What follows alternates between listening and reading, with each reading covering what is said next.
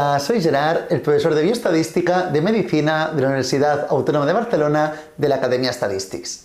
Antes de empezar con el curso como tal, os quería comentar un par de aspectos sobre el funcionamiento del mismo.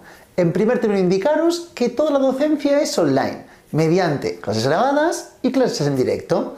Las clases grabadas dispondrán de toda la información teórico-práctica necesaria para entender perfectamente la asignatura. Todo ello, evidentemente, adaptado a cómo lo explican en clase y enfocado a las preguntas que nos realizan en examen. Y luego tendremos clases en directo. Realizaremos muchas clases en directo, ya que el objetivo es que realicemos muchos exámenes.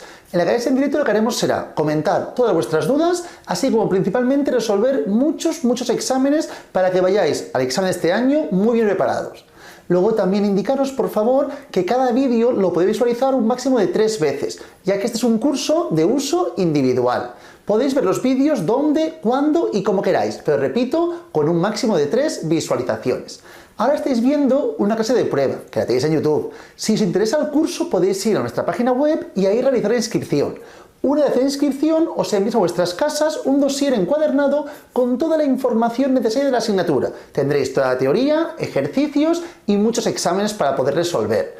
Importante, es imprescindible tener el dossier para hacer un seguimiento adecuado del curso, ya que todo el tiempo iré haciendo referencia a páginas y ejercicios del dossier, por lo tanto es fundamental disponer de él. Si tenéis el dossier, veis los vídeos y hacéis exámenes, veréis que no requeréis nada adicional y sacaréis en la asignatura seguro muy buena nota. Además, también indicaros, por favor, que el día de inicio del curso creamos un grupo de WhatsApp formado por todos los alumnos y por el profesor, en este caso yo mismo, que ahí me encargaré de resolver todas vuestras dudas acerca de cómo funciona el curso, acerca de cualquier pregunta de examen. Lo que tengáis dudas por ahí podéis preguntar todas vuestras consultas y estaré a vuestra disposición. Una vez dicho esto, os dejo ya con la primera clase gratuita.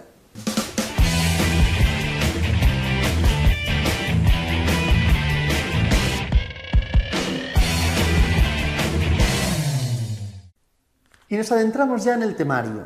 Si os fijáis, por favor, en el dossier, podéis visualizar cómo hasta la página 25 tenemos la información teórica de la asignatura. Y a partir de la página 26-27 disponemos de exámenes, ordenados de más antiguo a más nuevo. El último examen que podréis visualizar corresponderá al examen que realizaron los alumnos el último año. Además de ello, en la parte final del dossier disponemos también de tablas estadísticas, tablas de la binomial, de la Poisson, de la distribución normal, tablas que nos servirán para poder resolver ejercicios de dichas distribuciones. Todo eso lo veremos al final del temario correspondiente a este examen. Además, también indicaros que toda la teoría está solamente en menos de 25 páginas. Y además de teoría, también está intercalados ejercicios correspondientes a la teoría. Por lo tanto, ¿dónde quiero llegar? Que el temario, al fin y al cabo, es muy reducido. Ya veréis que es un examen donde el temario no es muy amplio. Y además, lo que iremos estudiando tampoco es extremadamente complejo. Entonces, ¿por qué es un examen que acostumbra a ir mal? Porque es un examen que es complejo el examen como tal. Las preguntas son liosas, llevan mucho a confusión, a veces están mal redactadas y pueden ser bastante dificultosas de responder. Por eso es fundamental que nos centremos en la resolución de exámenes. Entonces, la idea será que tengáis toda la teoría muy bien asentada para posteriormente poder responder de la forma más congruente posible los exámenes. Es fundamental que practiquemos muchos exámenes para acabar de entender cómo nos preguntan los distintos ejercicios y cómo se deben responder dichas preguntas. Una vez dicho esto, ya nos adentramos en la información teórica y empezaré haciendo un pequeño esquema de la asignatura para un poco entender bien dónde nos encontramos. Repito, como anteriormente os decía, que en la página 2 y siguientes tenéis toda la información de la asignatura con espacios en blanco. Estos espacios vacíos son para que vayáis rellenando a medida que avancemos la clase, ¿de acuerdo? Yo ahora haré un esquema y luego iremos comentando con tranquilidad los diferentes apartados, ¿de acuerdo? Pero en primer término, quiero que entendamos la asignatura. Básicamente, el objetivo de la estadística es estudiar a una población. La población puede ser todo Cataluña, por ejemplo, puede ser toda Europa o podría ser, por ejemplo, una población, la clase o los estudiantes de medicina de la autónoma de primer curso. La población es lo que queremos estudiar generalmente, pero debido a la dificultad de poder estudiar a todos los individuos que forman parte de la población, en vuestro caso me planteaba, si quiero estudiar como población objeto de estudio corresponde a los estudiantes de medicina de la autónoma, pues tal vez sería factible poder estudiar a todos los individuos. Pero en muchos otros ejemplos es prácticamente inviable poder plantearme estudiar a todos los individuos que forman parte de la población. Por lo tanto, ¿qué se acostumbra a hacer? Acostumbramos a trabajar con una muestra. Esta muestra debe ser una muestra representativa de la población objeto de estudio. Si yo, por ejemplo, quiero estudiar toda Barcelona, ¿qué hacemos? En vez de trabajar con todos los individuos, trabajamos con una muestra que sea representativa de toda la población, ¿de acuerdo? Esta muestra, evidentemente, estará formado por un conjunto de individuos que son también, evidentemente, que pertenecen a la población objeto de estudio. Entonces, para poder llegar a estudiar la población, en primer término, escogemos una muestra representativa y estudiamos esta muestra para posteriormente poder extrapolar, poder generalizar, poder inferir los datos de la muestra hacia datos de la población, ¿de acuerdo? Poder hacer esta inferencia requiere conocer bien la muestra y así poder al fin y al cabo conseguir información acerca de la población. Si os fijáis en la página 2 del dossier, tenéis dos conceptos básicos en la parte inicial, que es estadística descriptiva y estadística inferencial. Cuando hablamos de estadística descriptiva, lo dice la palabra, estamos describiendo. Básicamente consiste en la descripción de la muestra a partir de la cual, posteriormente, generalmente ese es el objetivo, intentaremos extrapolar la información, inferir la información hacia la población, ¿de acuerdo? Entonces, cuando hablamos de estadística descriptiva, básicamente diferenciaremos dos vertientes, la estadística descriptiva univariable o univariante y bivariante o bivariable. Cuando trabajamos con solamente una variable o cuando trabajamos con dos variables. Hay estudios mucho más complejos, pero yo comentaré solamente los aspectos que son importantes para vuestro examen, ¿de acuerdo? Lo que os pueden llegar a preguntar. Entonces, tenemos estadística descriptiva univariante, bivariable, que depende del número de variables. ¿Pero qué son las variables? Claro, cuando estoy hablando de un conjunto de individuos, puedo estudiar infinidad de características de los individuos. Las características que estudiemos de estos individuos se denominan dentro de estadística variables, ¿de acuerdo? Por ejemplo, imaginaos una clase. Cada alumno tiene, por ejemplo, un estuche con un conjunto de bolígrafos. Pues yo puedo decir que la población objeto de estudio son todos los bolígrafos de la clase. Si yo cojo un bolígrafo de María, dos bolígrafos de Juan y dos bolígrafos de Sandra, tendré un conjunto de bolígrafos. Eso es una muestra. En principio el objetivo sería que la muestra fuese representativa. Ahora mismo no me importa, pero el concepto de población y de muestra. Cogemos la muestra y de esta muestra, del conjunto de bolígrafos, podemos estudiar distintas características, distintas variables, ¿de acuerdo? Podremos estudiar distintas características, distintas variables. ¿Diferenciando qué? Básicamente diferenciamos las variables cualitativas de las variables cuantitativas, ¿de acuerdo? Tenemos esta diferenciación. Las cualitativas a veces también veréis que se denominan como categóricas, porque están divididas en categorías, lo comentaré luego. Y las cuantitativas a veces podéis ver que se denominan como variables numéricas. Pero básicamente diferenciamos las variables cualitativas y las variables cuantitativas. Ya que estamos, comentamos un poco esta información acerca de las variables. Las variables cualitativas son aquellas que se refieren a atributos, que generalmente no son numéricas. Digo generalmente porque a veces vemos algún tipo de variable que tiene números y como tiene números tendemos a pensar, como tiene números es numérica. Por ejemplo, en Barcelona hay diferentes números de buses, el bus 32, el bus 24, el bus, etcétera, ¿de acuerdo? Entonces, estos números es únicamente con intención de clasificar, de indicar qué recorrido hace cada bus, pero no están ordenados por algún tipo de concepto que diferencien que uno sea mejor, por encima, por debajo del anterior. No, es únicamente una etiqueta.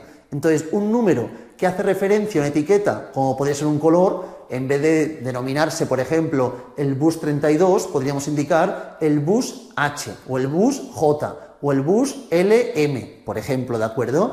Entonces, ¿dónde quiero llegar con ello? Que cuando estamos hablando de variables cualitativas, aunque tengan algún número, estos números únicamente son etiquetas. Entonces, las variables cualitativas hacen referencia a atributos. Si hablaba, por ejemplo, de la muestra de bolígrafos, si estudiásemos, por ejemplo, la marca o el color de los bolígrafos, hablaríamos en ese caso de variables cualitativas, ¿de acuerdo? Dentro de las cuales diferenciamos también dos tipos. Tenemos las cualitativas nominales y las cualitativas ordinales. Esto lo estoy explicando, que es para estudiar un poco la información del temario que nos iremos encontrando, son preguntas que hacen en el examen. En el examen, os decía que es un examen que acostumbra a ser un poco complejo, pero al mismo tiempo también os indico que hay preguntas muy sencillas, hay preguntas que sí o sí se deben responder bien. Es un examen que a veces me puede ir peor por el agobio, por el estrés que tenga, que realmente a veces por la dificultad de poder aprobarlo, ya que es un examen que es bastante aprobable. De las 30 preguntas aproximadamente que hay en el examen, generalmente 10-15 no acostumbran a ser muy complejas. Evidentemente, a veces es un examen que sacar una puntuación muy elevada puede ser más complejo, pero es un examen más que aprobable, de verdad os lo digo, ¿eh? Entonces tenemos las variables cualis nominales y las ordinales. Esto es importante para cuando me planteen un tipo de variable saber diferenciar. Las nominales son aquellas donde las categorías, y ahora hago referencia a las categorías que son, dentro de las características que estamos estudiando tenemos distintas opciones. Por ejemplo, si hablaba del color de los bolígrafos, yo estudio el color, que el color es la característica, ¿verdad? La variable hemos indicado ahora mismo. Dentro de color tenemos distintos colores, ¿verdad? Puede ser color negro, azul, rojo, verde y así progresivamente. Cada una de las opciones se denominan dentro de estadística categorías. Entonces, cuando hablamos de cualis nominales, las categorías que estamos indicando son categorías que no tienen una jerarquía preestablecida. No hay un orden preestablecido. Por ejemplo, bolígrafo, negro, azul, rojo, etc. ¿Hay un orden preestablecido? Evidentemente a mí me puede gustar mucho más escribir en negro que en azul, pero eso no quiere decir que sea mejor para todo el mundo, que sea axiomático mejor el negro que el azul. Entonces, no hay un orden preestablecido, no hay una jerarquía preestablecida. Por lo tanto, cuando hablemos de variables cualis nominales, estamos hablando básicamente de variables donde las categorías no están jerarquizadas. Por el contrario, las variables cualis ordinales sí que tienen una jerarquía preestablecida. Me sirve cualquier ejemplo. Por ejemplo, si hablamos de clase social baja, media o alta. Aquí sí que hay un orden preestablecido. O si hablamos, por ejemplo, de las notas de un examen de suspenso, aprobado, bien, notable, excelente o matrícula de honor. O hablamos de nivel de estudios primarios, secundarios, universitarios y doctorado. Y así progresivamente. Estas variables cuyas categorías que se refieren a atributos, no son numéricos, estén ordenados, hay una jerarquía preestablecida, hablaremos de variables cualitativas ordinales, ¿de acuerdo? Y luego tenemos las variables cuantitativas. Las cuantitativas las diferenciamos entre las variables cuantitativas, que también he indicado que se pueden denominar como numéricas, cuantitativas discretas y las variables cuantitativas continuas. Cuando hablamos de las variables cuantitativas discretas, estamos haciendo referencia a aquellas variables que entre dos valores consecutivos no puede haber ningún valor.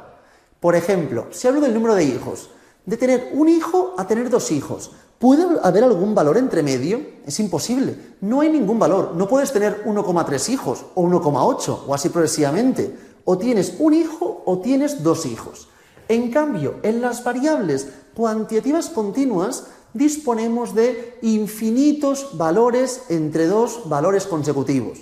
Por ejemplo, si hablase del peso, de pesar 70 a 71 kilos, disponemos de infinitos valores posibles, ya que puedes pesar 70,3, 70,32, 70,3248 y así progresivamente. Dependerá de la sensibilidad del instrumento de medida para poder ser cada vez más y más preciso. Cuando dependa del instrumento de medida de la sensibilidad del instrumento de medida para ser más preciso, hablaremos siempre de una variable cuantitativa continua. Si por el contrario, por muy sensible que sea la herramienta de medida, no puedo ser más preciso, hablamos de discreta. Es decir, si yo hablo del número de televisiones en una casa, por mucho que me compre un instrumento para poder medir muy bien cuántas televisiones hay, no podré ser más preciso. O hay 2 o hay 3, no puede haber 2,4. En cambio, con una báscula, cuanto más precisa sea, cuanto más sensible sea, más preciso podré llegar a ser.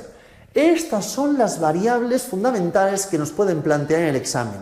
Es muy recurrente y ocurre en todos los exámenes que nos plantean algunas variables y nos dicen la variable X, ¿qué tipo de variable es? Y tenemos que saber diferenciar siempre si es una variable cualinominal, cualiordinal, cuantidiscreta o cuanticontinua. Por ejemplo, si me hablan de la edad, ¿qué variable es? ¿Qué tipo de variable es? ¿Una variable quali o variable quanti? No hay duda, creo, o que nadie dudará, que corresponde a una variable cuantitativa. Pero dentro de cuantitativa podemos dudar si es discreta o es continua. Importante, entre dos valores consecutivos hay infinidad de valores. Evidentemente sí, ¿verdad? Podemos plantearnos, o generalmente nos planteamos la edad en términos de años, de 20 años a 21 años. Pero se puede medir en meses, en días, en segundos y así progresivamente ser cada vez más y más preciso. Evidentemente sí que podría. Por lo tanto, diríamos que la variable edad es una variable cuantitativa continua. Y así progresivamente me pueden plantear cualquier tipo de ejercicio, cualquier tipo de ejemplo. ¿Por qué os comentaba esto? Porque estaba indicando, haciendo referencia a la estadística descriptiva, diferenciando que tenemos estadística descriptiva univariable de una sola variable o bivariable o bivariante, cuando tengamos dos variables. Es decir, si yo estudio la edad, por ejemplo, estamos trabajando estadística descriptiva univariante y estudiaremos las características propias de esta variable, por ejemplo, la media, la mediana, indicadores que iremos viendo más adelante, ahora no me importan. Si fuese o estudiásemos estadística descriptiva bivariante, estaríamos trabajando con dos variables. Por ejemplo, voy a estudiar la edad según el género. Entonces estudiamos género, que es una variable cualitativa, y la edad, que es una variable cuantitativa, y estamos estudiando la relación existente entre ambas variables. Entonces, cuando trabajemos estadística descriptiva univariable o univariante, podremos trabajar la información de cuando trabajamos con variables qualis o variables quantis. Toda esta información, a grandes rasgos, es lo que hoy comentaremos en esta primera clase, ¿de acuerdo?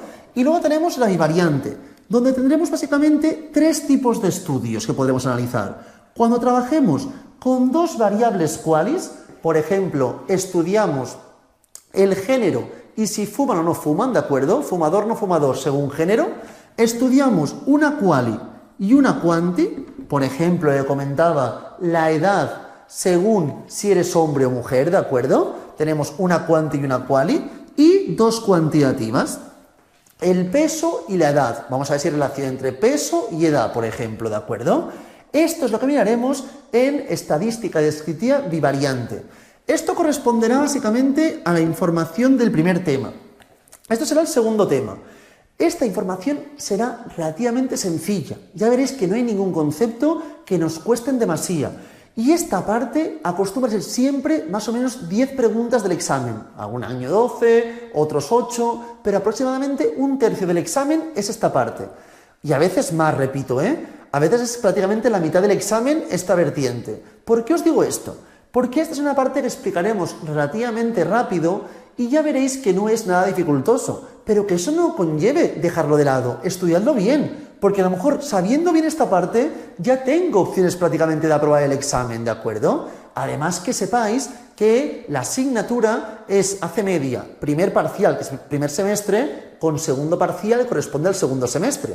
Es decir, si yo en el primer parcial obtengo un 2 y en el segundo parcial un 8, estaré aprobado. La media prueba, pero es que además el segundo parcial tiene más valor, un poco porcentualmente, un poco más de valor. ¿Por qué os digo esto? Porque a veces la gente dice, uy, lo llevo muy mal y no me entero. No, esta parte la lleváis bien seguro. Y con esta parte tenéis ya un 3 prácticamente seguro. Y con un 3, sacando un 6 en el segundo parcial, un 6,5, ya estáis aprobados, más allá de los prácticos. Entonces, no os animéis a alguna parte la veis compleja.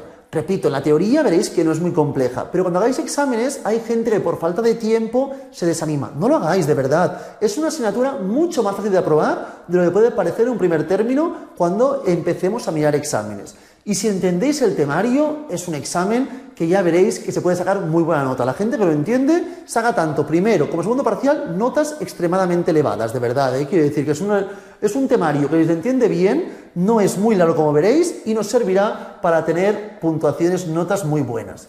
Además de ello, perdonad, estaba aquí comentando la univariable, univariante y bivariable, bivariante. Además de esta información que es estadística descriptiva, ¿cuál era el objetivo? Antes comentaba, estudiar la población. Entonces, el objetivo es pasar, una vez conocemos la muestra, extrapolar a la población. ¿Haremos siempre la extrapolación, la inferencia de la población? Evidentemente no, no tenemos por qué hacer esta inferencia. Pero es cierto que muchas veces es el objetivo, aunque también es real que podría quedarme aquí. Yo puedo hacer un estudio descriptivo de una variable y ya está. Si en la vida real me pidiesen por ello, haría esto y nada más, ¿de acuerdo?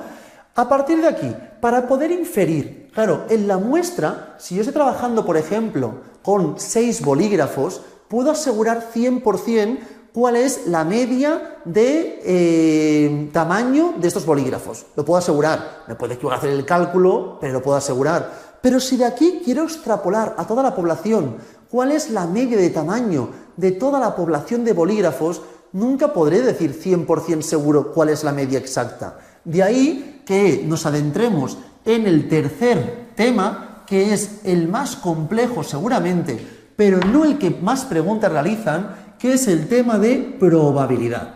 ¿Por qué nos adentramos en este tema? Porque es fundamental en algunos aspectos relacionados con la medicina, pero también porque es fundamental para poder entender el concepto de inferencia, ya que para extrapolar la información, para estudiar la información de la población, requerimos el concepto de probabilidad.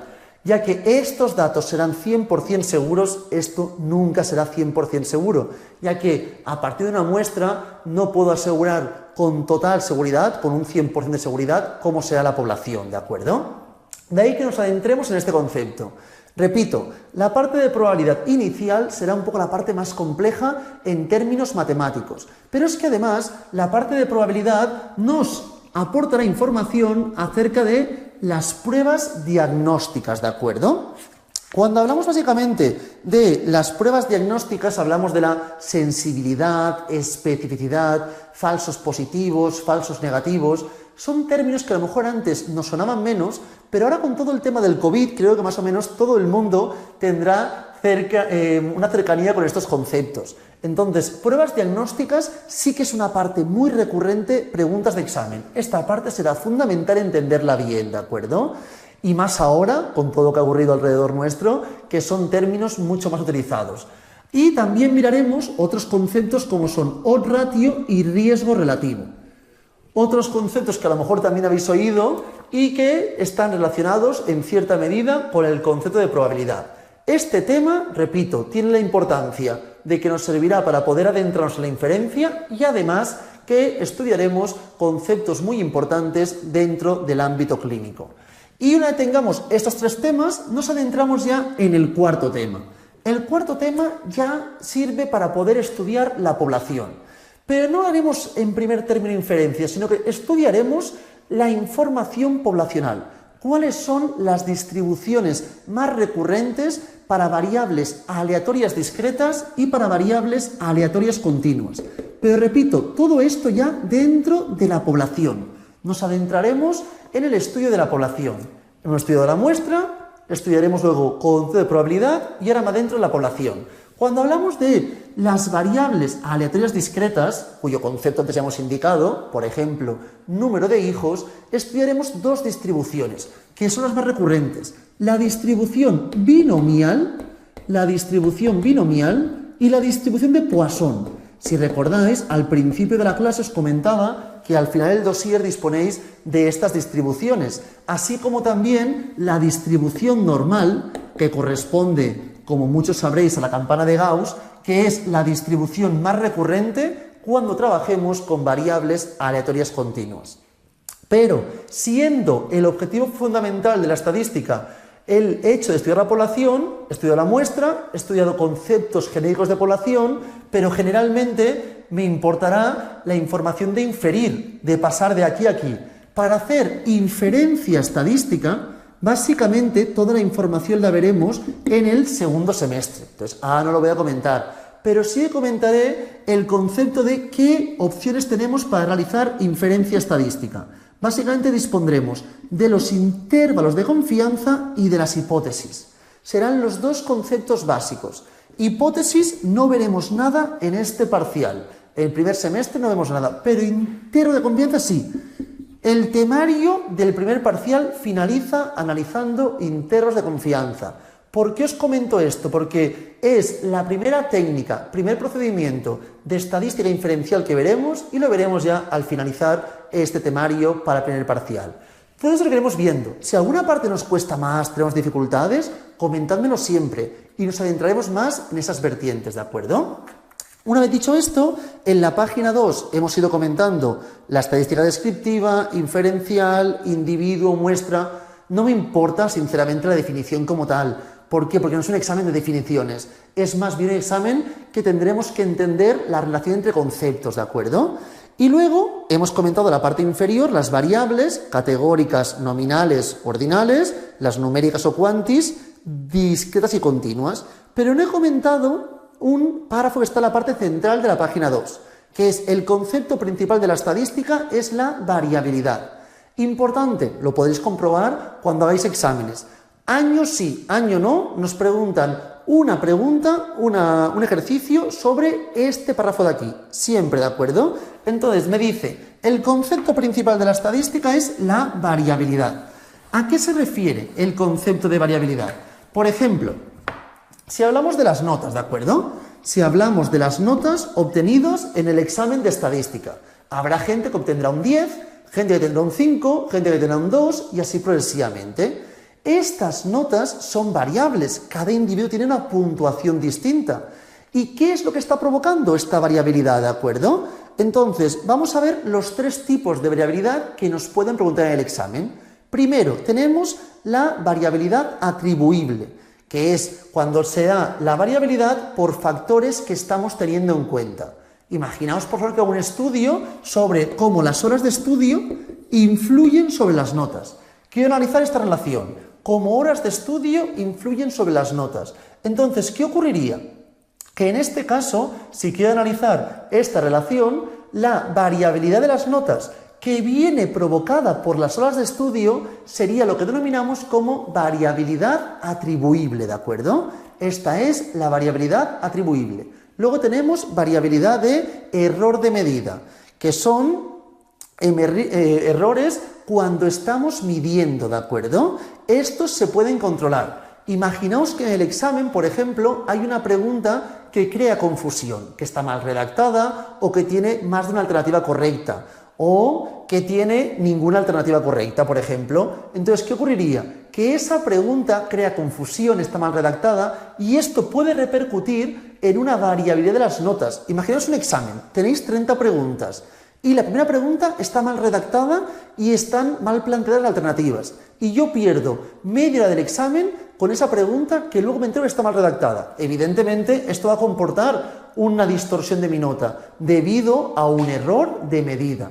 Esto se debería controlar y no debería existir.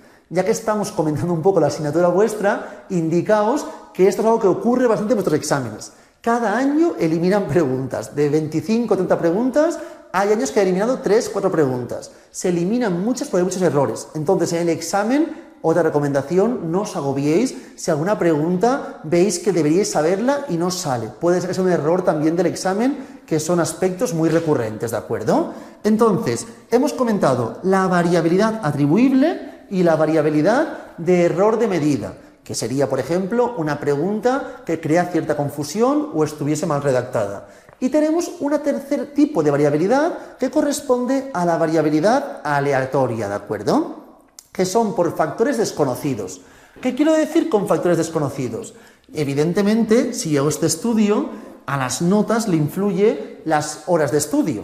Por ejemplo, si estoy yo y estamos María y los dos, María y yo, perdonad mejor, y los dos estudiamos para el examen 10 horas, ¿obtendremos la misma puntuación en el examen? Pues no tiene por qué, porque tenemos diferentes condicionantes de muchos aspectos. Por ejemplo, si he asistido o no he asistido a clase, si trabajo o no trabajo, si tengo o no tengo cargas familiares, si ese día pierdo el ferrocarril yendo al examen y encima me enfado con mi pareja y encima está lloviendo. Claro, pueden ocurrir muchas cosas que repercuten, que la permutación que me plantean considero que es más difícil que la otra permutación que empieza con preguntas más sencillas. Pueden influir muchos aspectos y todos son aspectos que corresponden a la variabilidad aleatoria, que no estamos controlando. Repito, estas tres variabilidades, siempre mediante un ejemplo, nos lo acostumbran a preguntar en el examen año sí, año no, aproximadamente, ¿de acuerdo?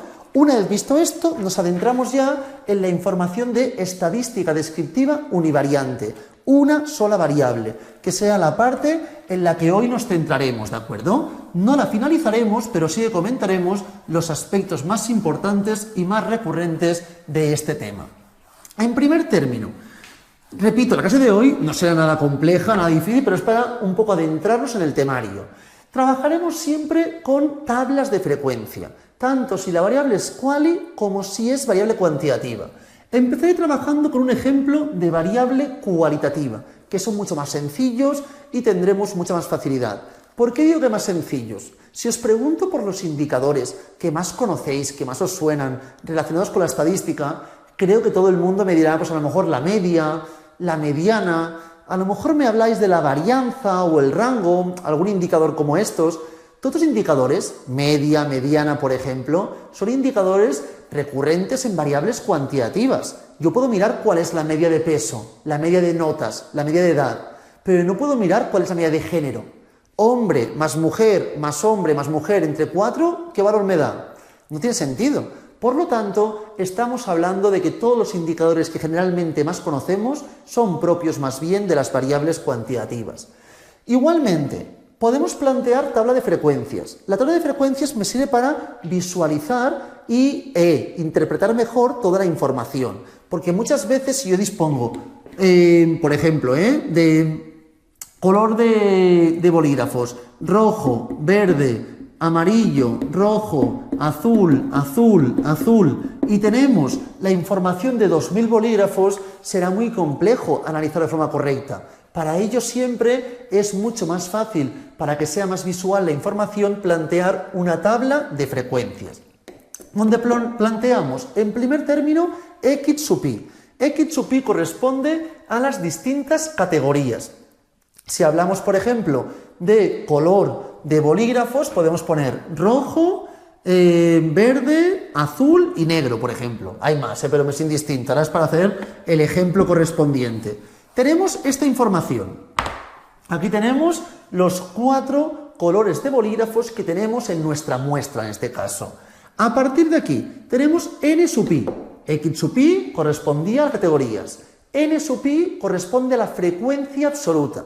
La frecuencia absoluta indica el número de individuos que hay en cada una de las categorías. Si, por ejemplo, aquí tenemos 7, aquí tenemos 1, aquí tenemos 9, aquí tendríamos 2, ¿de acuerdo? Perdón, tendríamos 3 en este caso. Así tendríamos la información correspondiente. Todo esto suma 20.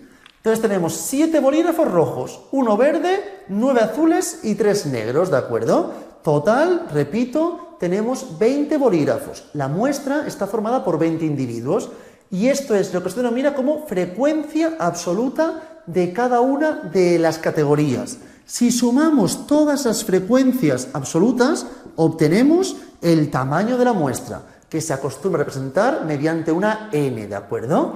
Luego tenemos la frecuencia absoluta acumulada, que es igual que lo anterior, pero acumulando la información. Es decir, aquí tenemos 7. 7 se suma en z, ¿de acuerdo? 7 más 1, 8. 8 más 1, más 9, perdonad. En este caso, 17. Más 3, 20. Así es como vamos sumando. Esta es la frecuencia absoluta acumulada. Repito, aquí incluiría a rojos y verdes. Aquí incluiría rojos, verdes y azules. y aquí incluiría rojos, verdes, azules y negros. Por lo tanto, la frecuencia absoluta acumulada de la última categoría es equivalente al tamaño total de la muestra. ¿Qué más tenemos? La frecuencia relativa. La frecuencia relativa corresponde básicamente a la frecuencia absoluta de la categoría entre total de la muestra. Es decir, en el primer caso, ¿qué haríamos? 7 entre 20, 0,35. Si se multiplicase por 100, sería porcentual. El 35% de los bolígrafos de la muestra son rojos, ¿de acuerdo? Seguidamente, 1 entre 20, 0,05. El 5% de los bolígrafos son verdes. Y así progresivamente obtendríamos toda la información, ¿de acuerdo? Todas las frecuencias relativas. Si sumásemos las frecuencias relativas, siempre tiene que sumar 1, que es el 100%, ¿de acuerdo? Y luego tengo la frecuencia relativa acumulada, que se puede hacer como hacía anteriormente con la frecuencia absoluta acumulada, que es ir sumando en z la información, o también si quisiese podría plantear la frecuencia absoluta acumulada entre n. Es decir, en primer término, este de aquí no es 35. Para conseguir este, podría hacer esto más esto, 0,40. O si quisiese coger la acumulada, que es 8 entre 20, que me daría 0,40. Y así progresivamente, 0,85 y aquí 1. Evidentemente, la última categoría de la frecuencia relativa acumulada, que es con F mayúscula, siempre será 1. Esto será siempre igual, ¿de acuerdo? A partir de estos datos, ¿qué quiero que os fijéis, por favor? Esta variable, indudablemente, sabemos todo el mundo ya, que es una variable cualitativa nominal, porque no hay una jerarquía preestablecida entre categorías. Entonces, cuando no hay una jerarquía preestablecida entre categorías, de estas columnas hay algunas que no tienen ningún sentido, ¿verdad? Supongo que cuando estaba planteando lo veíais. ¿Cuáles no tienen sentido? Las acumuladas. ¿Por qué? Porque no tiene sentido que yo os pregunte ¿cuántos bolígrafos son hasta azules? ¿Qué quiere decir hasta azules? ¿Qué incluye el azul? ¿Qué hay por debajo del azul? ¿Qué hay por encima del azul? No hay nada. Entonces, cuando hablemos de variables cualitativas nominales, como es el caso, solo me pueden preguntar al fin y al cabo por cada uno de los colores. Por ejemplo, ¿cuántos bolígrafos son rojos? 7. ¿Qué porcentaje de colores de bolígrafos son verdes? 5%. ¿Cuántos son negros? 3. Y así progresivamente. Pero no me pueden preguntar cuántos son hasta rojos o cuántos son como máximo rojos. ¿Qué quiere decir como máximo rojos, de acuerdo? ¿Qué incluye? En cambio, si hablásemos de una variable cuali-ordinal, como puede ser, por ejemplo, el nivel de estudios primarios, secundarios, universitarios y doctorados, ¿de acuerdo? Aquí sí que tienen sentido las acumuladas. Cuando hablemos de cualis ordinales, sí que tendrán sentido las columnas correspondientes a las acumuladas. Por ejemplo, si yo os digo ¿cuántas personas tienen estudios únicamente universitarios? Únicamente ni más ni menos, son 9. Pero ¿cuánta gente tiene como máximo estudios universitarios? ¿Qué dice como máximo? Que tenga unis o menos, ¿de acuerdo? Es decir, o unis o secundarios o primarios.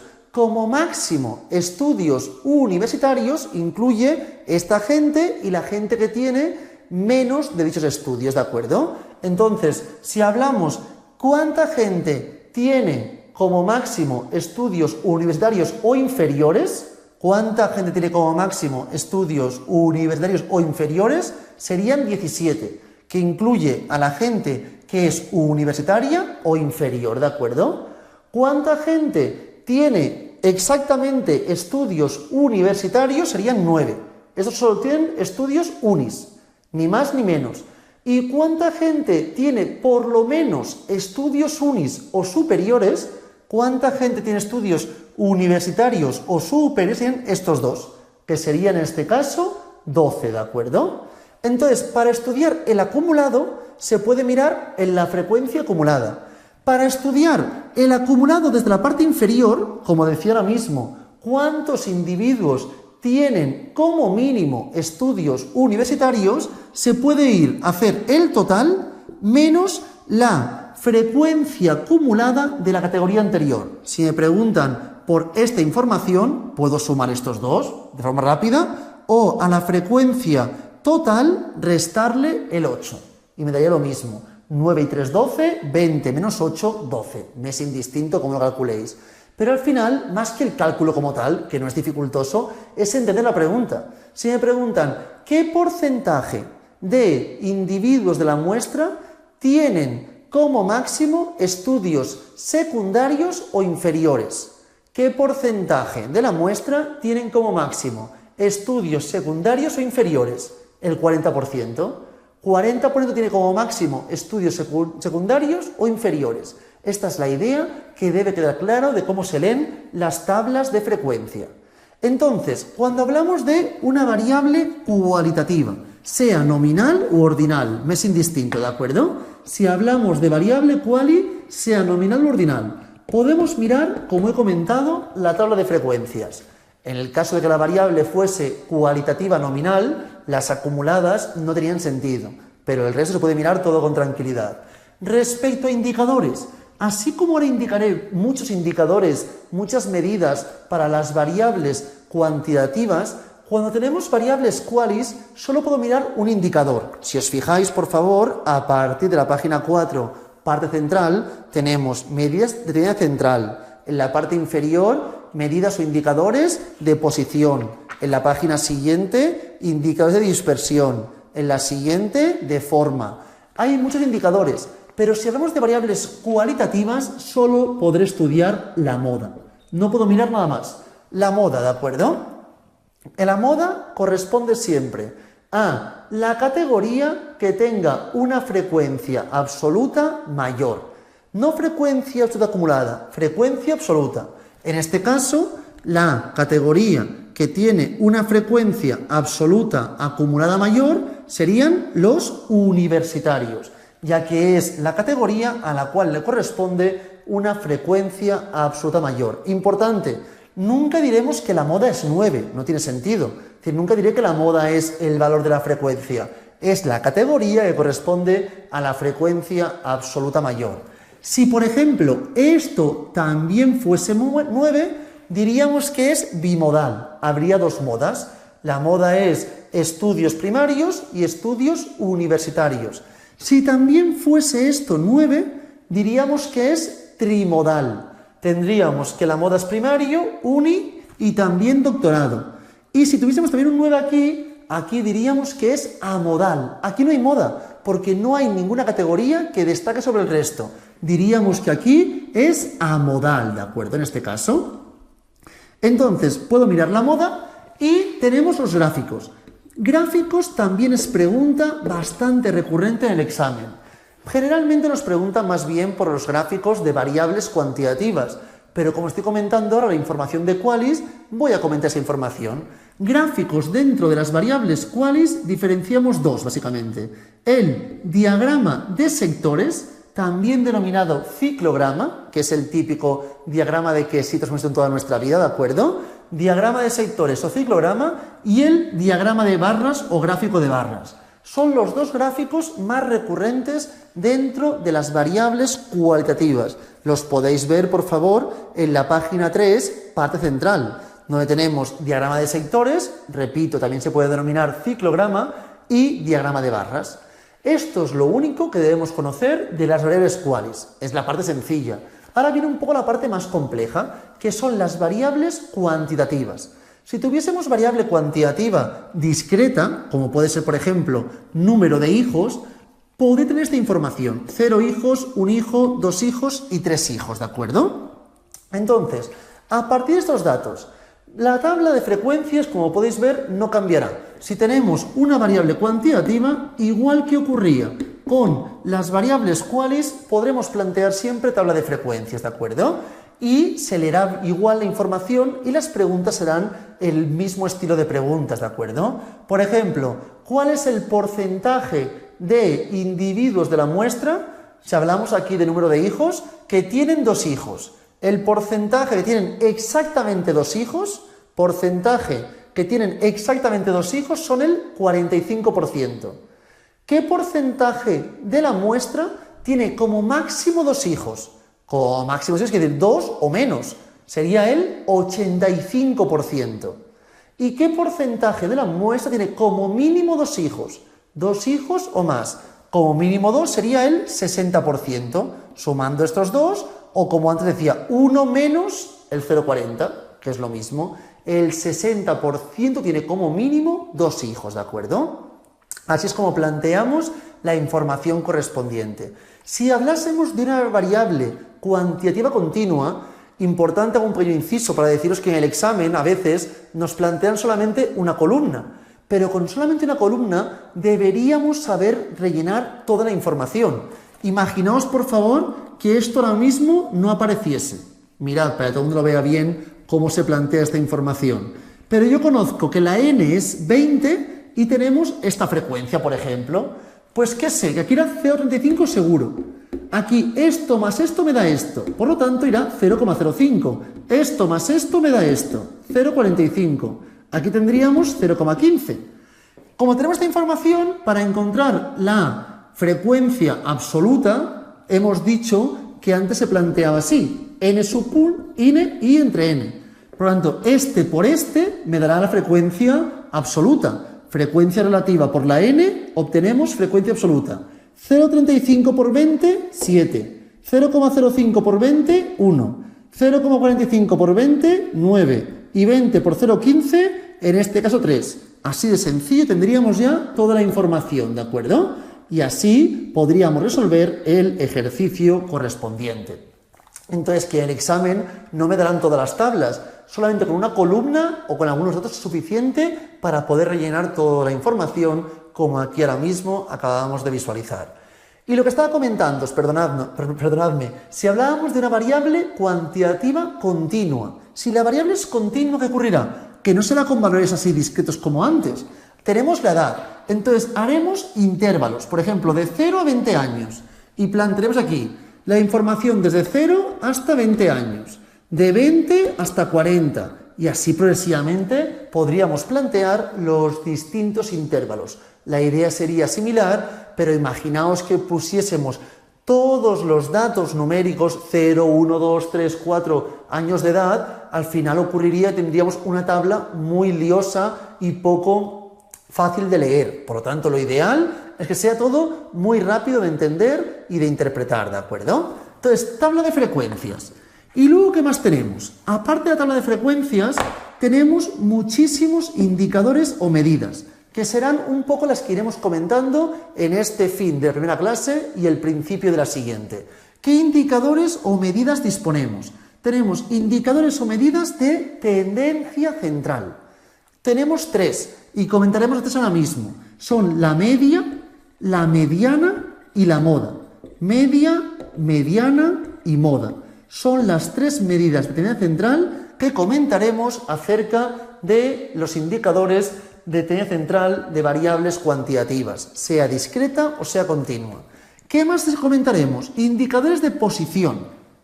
De posición comentaremos la mediana, que ya la he comentado en tendencia central, pero también se encuentra en indicador de posición, los terciles, los cuartiles, los deciles y los percentiles o también denominados centiles. Repito, tendremos la mediana, los terciles, los cuartiles, los deciles y los percentiles o centiles, que son sinónimos, percentil o centil. Todo esto es lo que miraremos hoy. El próximo día miraremos también los indicadores de dispersión, que ya los comentaremos en la siguiente clase, y los indicadores de forma. Me es indistinto hablar de indicador o medida. Medida de forma o indicador de forma. Es indistinto, ¿de acuerdo? Así es como plantearemos la información correspondiente. Repito, hoy comentaremos solamente los indicadores de tendencia central y los de posición. Empezaré por tendencia central. Voy a hacerlo con este mismo ejemplo, pero luego iré comentando ejemplos un poco más complejos. Nos preguntan mucho, sobre todo en el examen, por la relación existente entre media y mediana. La moda me es un poco más indistinta. Igualmente, ya que estamos, vamos a comentarla. Si hablamos, por ejemplo, del número de hermanos que tenemos, si me preguntan por el número de hermanos, y tenemos en la muestra, tenemos 7 personas con 0 hermanos, y las personas que tienen más hermanos tienen 3 hermanos, que son 3 personas, ¿de acuerdo? Me preguntan, ¿cuál es la moda? En este caso, para mirar la moda, como hacemos siempre, miramos la frecuencia absoluta acumulada, la frecuencia absoluta, n sub i, y miramos a qué categoría corresponde. Evidentemente, la categoría es 2, por lo tanto, la moda en este caso es tener 2 hermanos. Así es como obtenemos la moda de un ejemplo, ¿de acuerdo? En el supuesto que esto también fuese 9, ya anteriormente lo he comentado. Diríamos que es en este caso bimodal, ¿de acuerdo? Tendríamos moda 0 y moda 2. Todo lo otro como he comentado. Pero imaginaos, por favor, que esto fuese 9. Entonces, me pueden plantear que es bimodal o también pueden decir que la moda es 1,5, hacer la media.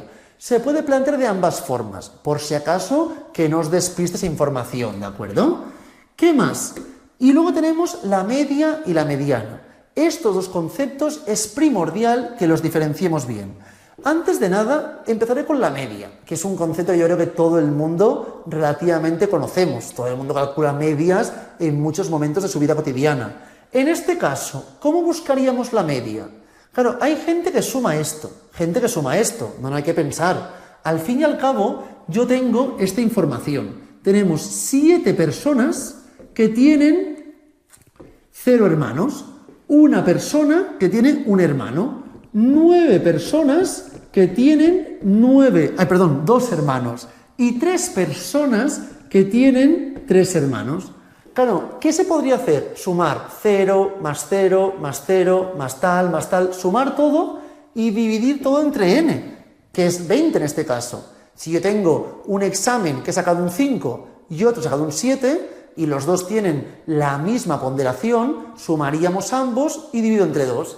Pero si hablamos de un caso como este, que tenemos 7 personas con 0 hermanos, una con un hermano, ¿qué hacemos? Lo más recurrente, más que sumar todo de forma individual, que es perder el tiempo, y más si tuviésemos 2000 casos, por ejemplo, hacemos la multiplicación. 0 por 7, más 1 por 1, más 2 por 9, más 3 por 3. Y todo ello entre 20. También se puede hacer sumando y dividido entre 20, pero por rapidez y comodidad seguramente sea esta opción que he comentado, ¿de acuerdo? Entonces, generalmente, para buscar la media, que la media la planteo con este símbolo, se hace el sumatorio de cada uno de los valores entre n.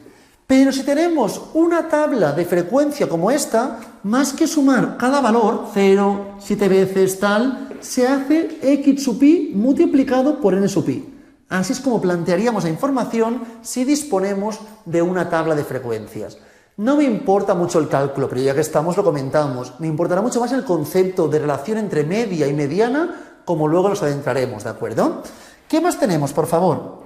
Además de la información de la media, disponemos de la mediana. La mediana nos indica el punto central de la distribución. Mirad, si tenemos el valor mínimo y el valor máximo, nos indica el punto que deja por debajo el 50% de los casos y por encima el otro 50% de los casos. Por lo tanto, si en un examen la puntuación mínima es 0 y la puntuación máxima es 10, ¿cuál sería la mediana?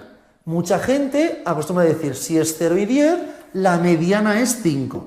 Pues evidentemente no tiene por qué. Puede serlo, sí, pero no tiene por qué. No es el valor del centro entre el máximo y el mínimo, no. Es el valor que deja por debajo suyo el 50% de los casos y por encima el otro 50%. Imaginaos que yo tengo aquí esta información.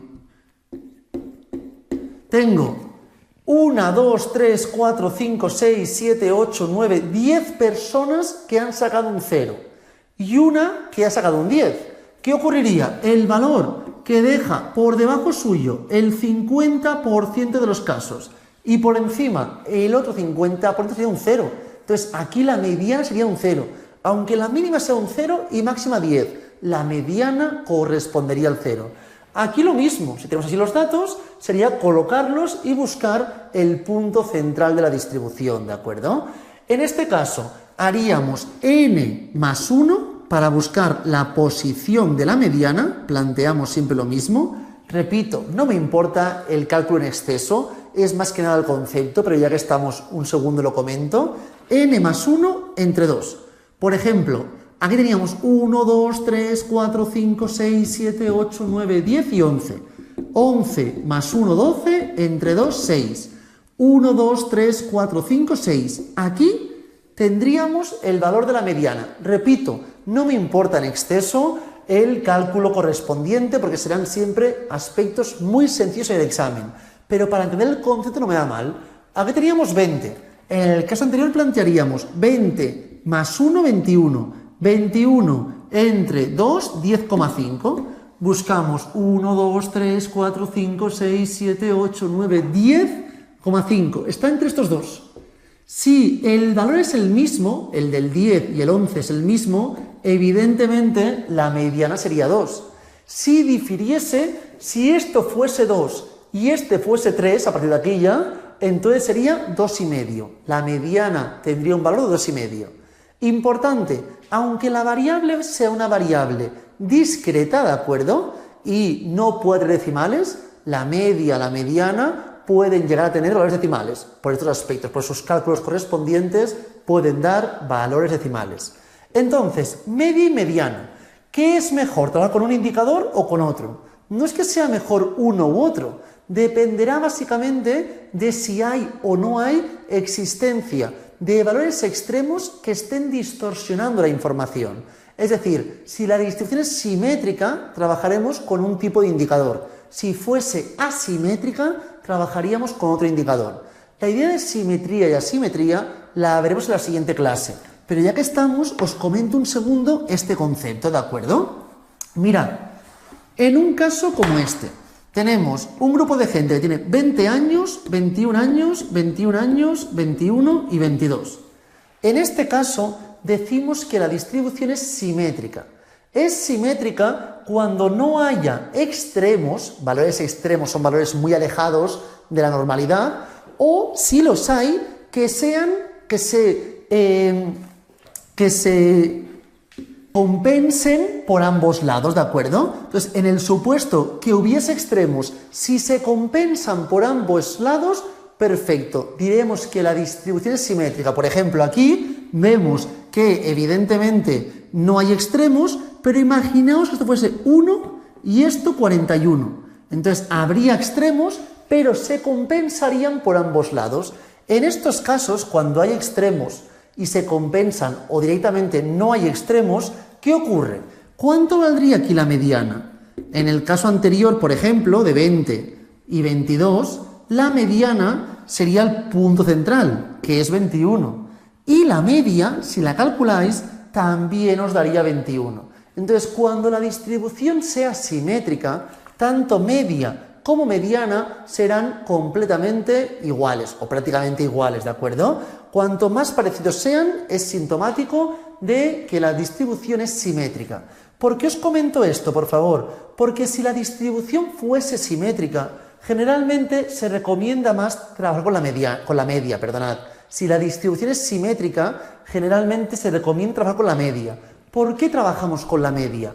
Pues porque básicamente, si trabajamos con la media, luego cuando trabajemos los indicadores de dispersión, podremos trabajar con la desviación estándar. En cambio, si la distribución fuese asimétrica, sería más conveniente trabajar con la mediana y entonces no podríamos trabajar con la desviación estándar. Deberíamos trabajar con el rango intercuartílico. Todo esto lo comentaré también en la siguiente clase, pero tengamos la idea, ¿de acuerdo? Repito, si media y mediana coinciden, quiere decir que la distribución es simétrica y en ese caso será idóneo trabajar con la media y por lo tanto el indicador de dispersión correspondiente sería la desviación estándar. Si por el contrario tuviésemos extremos pero se compensan por ambos lados, misma situación. Media y mediana coinciden, lo ideal es trabajar con la media y con la desviación estándar. Pero imaginaos que solo hay valores extremos en la parte superior, por ejemplo, ¿de acuerdo? O que hay en ambos lados, pero en mayor cantidad por un costado, ¿de acuerdo? En ambos lados hay extremos, pero más cantidad en uno. En este caso, ¿qué ocurriría? Que si os fijáis, ¿qué indicador es más robusto y cuál es más sensible? Ante cambios, ante la presencia de extremos, ¿cuál de los dos indicadores se ve más afectado? No hay duda, la media.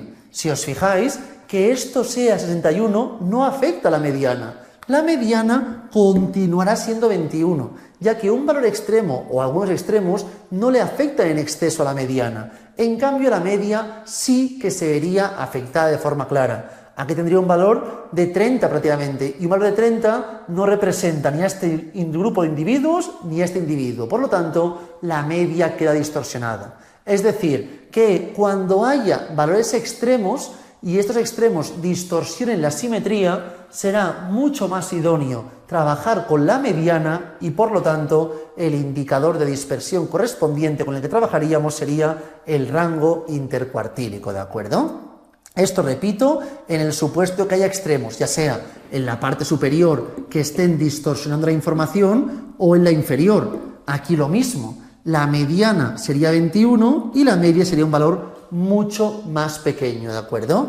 Ya que estamos, si la media es igual a la mediana, media es igual a la mediana, entonces estaremos hablando de distribución simétrica y lo idóneo sería trabajar con la media y con la desviación estándar. Si por el contrario la mediana es diferente a la media, pudiéndose dar dos casos, que haya muchos extremos en la parte superior, en la parte derecha, que eso conllevaría que la media sería mayor a la mediana, o muchos extremos, mayor cantidad en la parte izquierda, en la parte inferior, que ello conllevaría que la media sería menor a la mediana. En ambos casos será más idóneo, distribución asimétrica, trabajar con la mediana y de indicador de dispersión el rango intercuartílico. La mediana es mucho más robusta, la media es más sensible, le afecta más la presencia de valores extremos. Y una vez dicho esto, y ya para finalizar la clase de hoy, con esto ya acabamos todo el concepto teórico de la clase de hoy, quiero que miremos los indicadores de posición, ¿de acuerdo? He comentado ya la mediana, y mirad, en este mismo gráfico que aquí planteaba, lo puedo volver a indicar. El punto central, no la media de valor máximo y mínimo, no, el punto central, que es el valor que deja 50% por debajo y 50% por encima de los casos, corresponde a la mediana, ¿de acuerdo? Pero tenemos más indicadores. Terciles. Terciles tenemos dos. El tercil 1 deja por debajo suyo el 33,3% de los casos. 33,3 periódico por ciento de los casos. Y por encima suyo el 66,6 periódico por ciento de los casos. Este es el porcentaje que deja por debajo el tercil 1 y por encima. Es decir, si yo, por ejemplo, en un examen os digo, he hecho el examen y no te digo la nota, pero ocupo el tercil 1. Quiere decir que el 33,3 periódico por ciento de la gente ha obtenido nota peor que la mía y el 66,6 periódico por ciento ha obtenido nota mejor que la mía. Esto es lo que me indica básicamente los terciles. El tercil 2. Tenemos dos terciles, he dicho. Cuando hablo de terciles, consiste en dividir en tres partes. Primera parte, segunda y tercera. Y como tenemos ya el mínimo y el máximo, tengo que hacer dos cortes. Tercil 1 y tercil 2. Tercil 2 es la idea contraria. Dejará por debajo suyo al 66,6 periódico por ciento de los casos y por encima al 33,3 periódico por ciento de los casos. Esta es la información que nos otorga el tercil 2. Si yo ocupo el tercil 2, quiere decir que el 33,3 periódico por ciento de los individuos de la clase han obtenido una puntuación superior a la mía, ¿de acuerdo? Esta es la información de los terciles. Luego tenemos los cuartiles. Si terciles dividía en 3 partes y requería 2, cuartiles divido en 4 partes y requiero 3 cuartiles. Tenemos cuartiles, tenemos 3 cuartiles, ¿de acuerdo? ¿Qué cuartiles tenemos, por favor? El cuartil 1, el cuartil 2 y el cuartil 3. El cuartil 2, como podéis ver ya, es idéntico al valor de la mediana, ya que el cuartil 2 deja 50% de los casos por debajo y 50% de los casos por encima. El cuartil 1 deja 25% de los casos por debajo y 75% por encima. Y luego tenemos el cuartil 3, que es la idea complementaria al cuartil 1. Dejaría el 25% de los casos por encima y el 75% de los casos por debajo suyo, ¿de acuerdo? Esta es la idea del cuartil 1, cuartil 3. Siempre hago referencia a la parte que deja en la parte superior y parte inferior, porque en el examen nos pueden preguntar ¿qué indicador de posición corresponde al valor que deja por encima el 25% de los casos? Que deja por encima el 25 sería el cuartil 3. El valor que deja por encima el 33,3 periódico por ciento sería el tercil 2 y así progresivamente. Esto es lo que tiene que quedar claro desde el principio, ¿de acuerdo? ¿Qué más tenemos? Terciles, cuartiles, deciles. Si trabajamos con deciles, dividimos en 10 partes. Para dividir en 10 partes, ¿cuántos cortes requiero? Pues aquí requerimos 9 cortes. Existen 9 deciles, ¿de acuerdo? Entonces, disponemos, por ejemplo, del decil 1, que dejará 10% de los casos por debajo y 90% por encima. ¿Qué más tenemos? El decil, por ejemplo, 3, que dejará 30% por debajo y 70% por encima. Si yo os comento que ocupo el decil 9, ¿qué quiere decir? Que solamente el 10% ha obtenido una puntuación superior a la mía. Y así progresivamente, ¿de acuerdo? Repito, tenemos 9 deciles. Mi pregunta es, ¿qué decil corresponde a la mediana o cuartil 2? El decil que deje 50 por debajo y 50 por encima es evidentemente el decil 5. Ya que estamos, si os pregunto, ¿qué decil corresponde al cuartil 1? El cuartil 1 dejaba 25%. Entonces, no hay ningún decil que deje 25%, ya que el decil 2 deja por debajo el 20% y el decil 3 el 30%. Pero que deje 25% no hay ninguno. Ningún decil equivale al cuartil 1, ni tampoco ningún decil equivale al cuartil 3. Aunque sí que había un decil que correspondía con el cuartil 2, que era el decil 5. Y para finalizar, disponemos de los percentiles o centiles. Lo dice la palabra, centil o percentil. Dividimos todo en 100 partes. Para dividir todo en 100 partes, ¿cuántos cortes requerimos? Pues evidentemente 99 cortes, ¿de acuerdo? Y a partir de aquí, cada percentil deja por debajo suyo exactamente el valor que le acompaña. Es decir, si hablo del percentil 22, deja por debajo suyo el 22% de los casos y por encima el 78% de los casos. 22%, 78%, ¿de acuerdo? Ya que estamos, si os pregunto, ¿qué percentil corresponde al decil 8? Pues sería el percentil 80, ya que el percentil 80 deja 80% por debajo y 20% por encima. ¿Qué percentil corresponde al cuartil 3? Pues es el percentil 75, ¿verdad? Porque el cuartil 3 deja por debajo 75%. ¿Qué percentil corresponde a la mediana, cuartil 2 o decil 5? Pues el percentil 50. ¿Qué percentil o centil corresponde al cuartil 1? Pues el percentil 25. Y si os preguntase, ¿qué percentil corresponde al tercil 1? Tendríamos que decir ninguno, ya que el tercil 1 deja por debajo el 33,3 periódico. Y aquí disponemos del percentil 33, que deja 33%, y el percentil 34, que deja 34%. pero que deje por debajo el 33,3 periódico, no hay ninguno. De ahí que no hay ningún percentil que corresponda al tercil 1 y tampoco corresponda ninguno al tercil 2. Esta es la idea correspondiente a indicadores de posición y nos indican rápidamente la posición que indicas respecto al grupo de referencia. Y así rápidamente podemos interpretar y entender la puntuación del individuo. Imaginaos que yo os digo, en un test de felicidad he obtenido una puntuación de 48. Bueno, 48, pero ¿cuál es el valor máximo o el mínimo? Aunque os dijese el máximo y el mínimo, tampoco sirve mucho. Pero os digo, ocupo el percentil 97. Quiere decir que por encima de mí solo está un 3% de la gente que es más feliz. El 97% es inferior a mi felicidad, por ejemplo, ¿de acuerdo? Es un ejemplo para que veamos la utilidad que tienen los percentiles, como así también deciles, cuartiles, terciles y la mediana. Con esto finalizamos la clase de hoy.